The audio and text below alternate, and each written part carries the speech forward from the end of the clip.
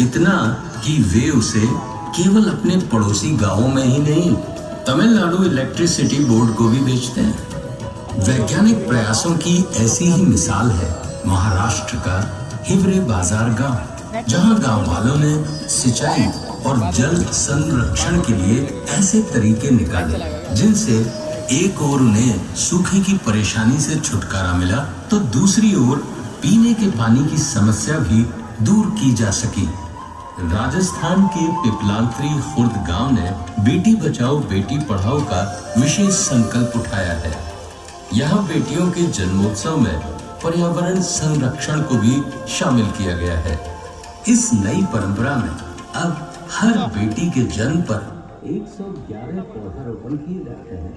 इस प्रयास ने गांव को और भी हरा भरा बनाया है। देश के और भी क्षेत्रों में जागरूकता की ऐसी ही मिसालें मिलती हैं। राजस्थान से दूर पूर्व में असम के माजुली गांव में भी पर्यावरण संरक्षण के लिए खास काम किए जा रहे हैं। यहाँ ब्रह्मपुत्र के तटों पर 1360 एकड़ का वनीय प्रदेश बनाया गया है, जिसने वन्य जीवों को प्राकृतिक आवास दिया है। विज्ञान और अनुसंधान के क्षेत्रों में भी भारत के गांव किसी से पीछे नहीं है। क्या आप जानते हैं गोरखपुर के माधवपट्टी गांव के निवासियों का वैज्ञानिक शिक्षा के प्रति ऐसा रुझान है कि यहाँ के बहुत से निवासी ISRO, Bhabha atomic research centre जैसी संस्थाओं में वैज्ञानिक हैं। हमारे देश के कुछ गांवों में प्रकृति ने भी रोचक प्रसंग रचाए हैं। उत्तर प्रदेश में प्रयागराज के उमरी गांव में कई दशकों से जुड़वा बच्चे ही जन्म लेते हैं। पैक कर स्क्रोल पेंटिंग की आकर्षक कला किसे नहीं लुभाती। ये खूबसूरत कलाकारी झारखंड के अमादुबी गांव के परिवारों का परिचय है। इस कला ने युगों पुरानी पौराणिक कथाओं को संजोकर संरक्षण दिया है, जिसमें गांव की संस्कृति, कला और परंपरा का समावेश झलकता है। मेघालय के कॉन्गथोंग गांव की बात ही निराली है। विस्लिंग विलेज नाम से मशहूर इस गांव की माएं अपने बच्चों को पुकारने के लिए एक खास धुन बनाती हैं। बच्चों के नाम की ही तरह ये धुन भी उनकी पहचान बन जाती है। भारत की युगों पुरानी वास्तुकला में हर युग की अपनी विशेषता है। हिमाचल के गरली गांव में अलग अलग दौर की वास्तुकला का अद्भुत संगम मिलता है। पुर्तगाली हो या इटालियन, इस्लामिक हो या राजस्थानी, स्थापत्य कला के बेजोड़ नमूने इस गांव में एक साथ देखने को मिलते हैं। उड़ीसा के पट्टचित्र किस कला प्रेमी को नहीं लुभाते। यहाँ रघुराजपुर गांव का हर घर, हर परिवार इस कला में महारत रखता है, जिनकी कला आज सारे विश्व में विख्यात है। रामायण, महाभारत, गीत गोविंदम आदि की पौराणिक कहानियां इन चित्रकलाओं में सजीव होती हैं। धातु विज्ञान में भारत युगों युगों से पारंगत है। इसकी मन भावन झलक छत्तीसगढ़ के रायगढ़ में एकताल गांव में मिलती है। यहाँ की डोकरा कलाकृतियां पूरे संसार में प्रसिद्ध हैं।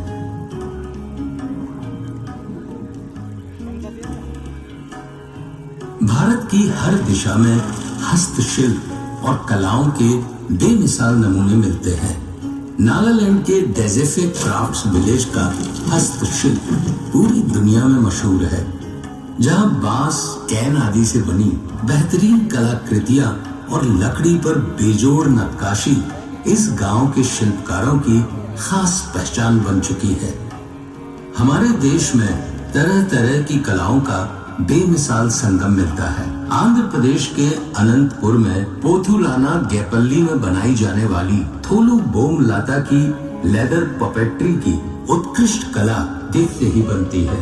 लगभग 700 साल पुरानी आकर्षक रंगों से सजी ये कलाकृतियां आज सारे विश्व में विख्यात हो रही हैं।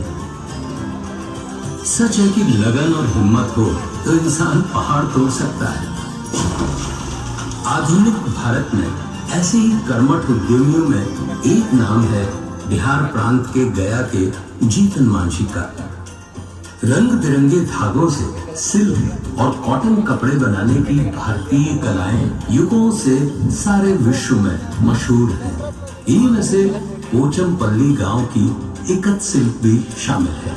आकर्षक रंगों के धागों को बुनकर ज्यामितीय डिजाइन से सजाई गई इस सिल्क की साड़ियां भारत ही नहीं विदेशों में भी महिलाओं के दिलों को मोह लेती है। भारत का प्राचीन संगीत हमारी समृद्ध संस्कृति की पहचान है। इन्हीं में से कुचिपुड़ी गांव का नृत्य अपने गांव के नाम से प्रसिद्ध है। सुमधुर संगीत लय ताल में बद्ध ये नृत्य नाटिका अपने प्राचीन और अर्वाचीन परिवेश में आज भी सांस्कृतिक कार्यक्रमों और तीज त्योहारों में अत्यंत लोकप्रिय है।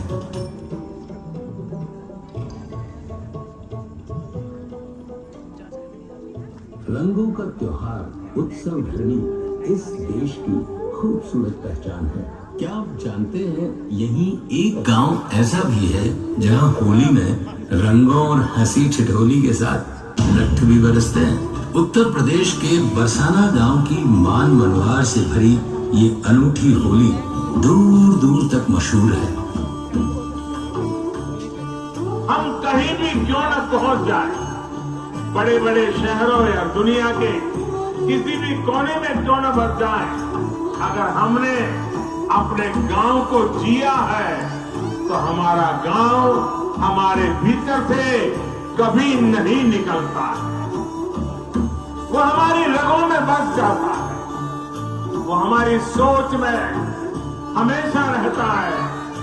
हम इसलिए कहते हैं कि भारत की आत्मा गांव में बसती है, क्योंकि गांव हमारी आत्माओं में बसता है।